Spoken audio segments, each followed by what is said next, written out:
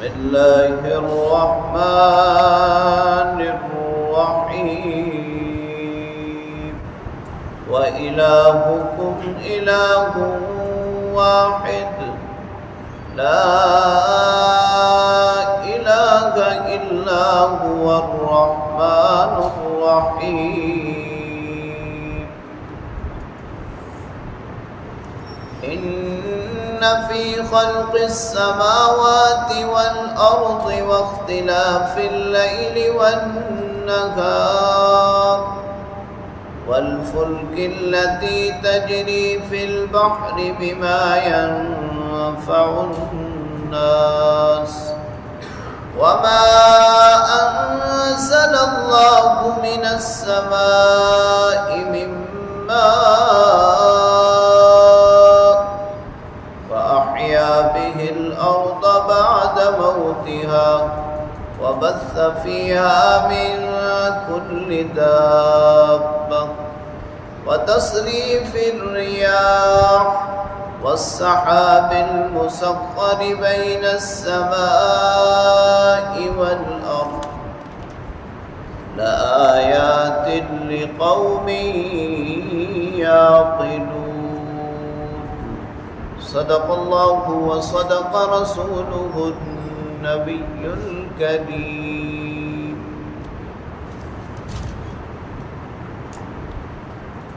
سورہ بقرہ کی آیت نمبر 163 اور 164 کی تلاوت آپ نے سماعت کی۔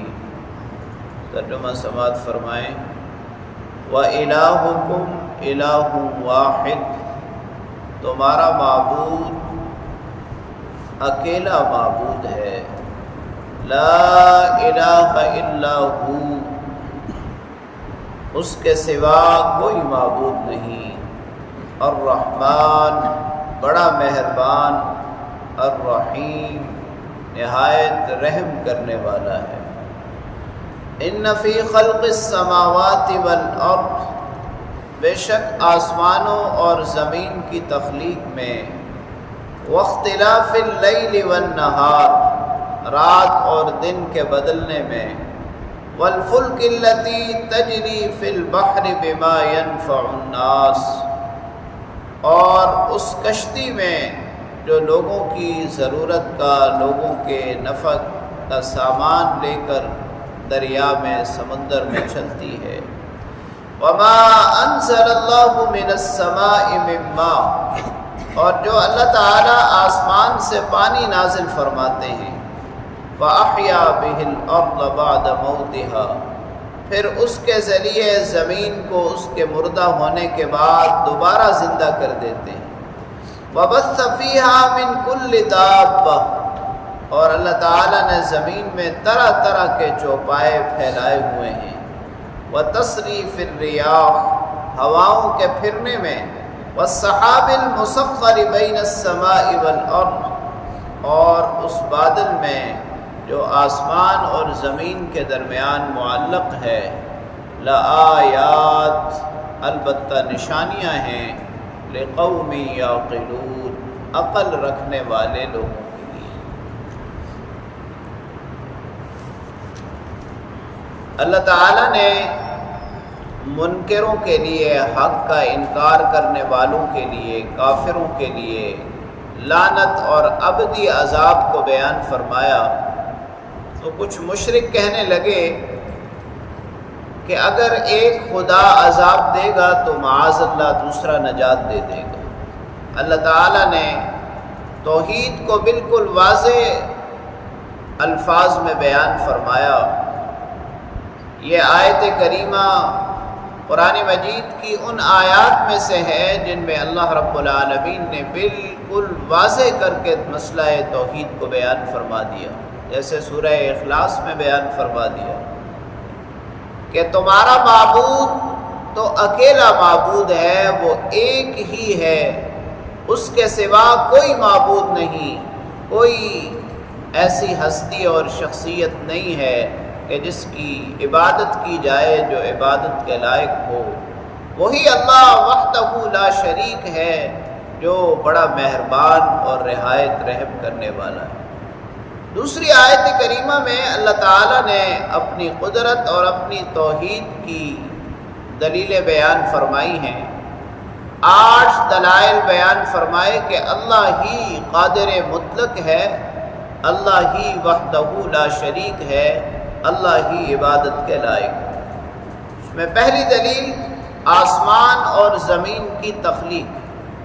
اگر تم غور کرو تو آسمان اور زمین کی پیدائش اور تخلیق تمہیں اللہ رب العالمین کی طرف لے جائے گی۔ دوسری دلیل رات اور دن کا اختلاف۔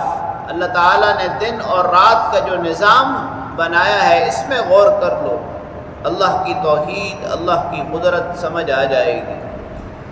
تیسری دلیل فرمایا کہ کشتی جو لوگوں کے نفع کا سامان لے کر سمندر میں چلتی ہے، ذرا اس کو تو دیکھو، اللہ نے کیسا نظام بنایا ہے کہ یہ پانی تمہاری ضرورت کے سامان کو ایک جگہ سے دوسری جگہ تک پہنچانے کے لیے کام آتا ہے۔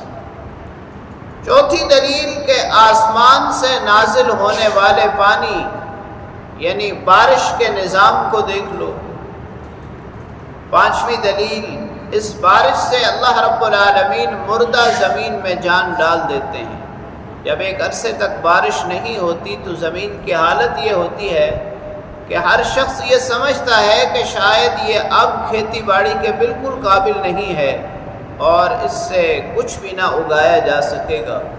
پھر اللہ کریم بارش برساتے ہیں اور اس کو سرسبز و شاداب کر دیتے ہیں۔ اسی طرح زمین میں پھیلائے ہوئے اللہ تعالیٰ کے طرح طرح کے چوپائے اور حیوانات جو انسان کے فائدے کے لیے اللہ رب العالمین نے پیدا فرمائے ہیں، ان کو دیکھ لو۔ ہواؤں کے بدلنے کو دیکھ لو، کبھی اللہ رب العالمین ٹھنڈی ہوائیں چلا دیتے ہیں اور کبھی گرم ہوائیں چلا دیتے ہیں۔ اسی طرح آسمان اور زمین کے درمیان معلق ان بادلوں کو دیکھ لو کہ جن کو وسیلہ اور سبب بنا کر اللہ رب العالمین بارش برساتے ہیں۔ تو یہ 8 چیزیں اللہ کی قدرت کی نشانیوں کے طور پر، اللہ کی توحید کی نشانیوں کے طور پر بیان فرمائیں، لیکن یہ نشانیاں ان لوگوں کے لیے ہیں کہ جو عقل رکھتے ہیں، جنہیں اللہ رب العالمین نے تمیز اور دانش عطا کی ہے۔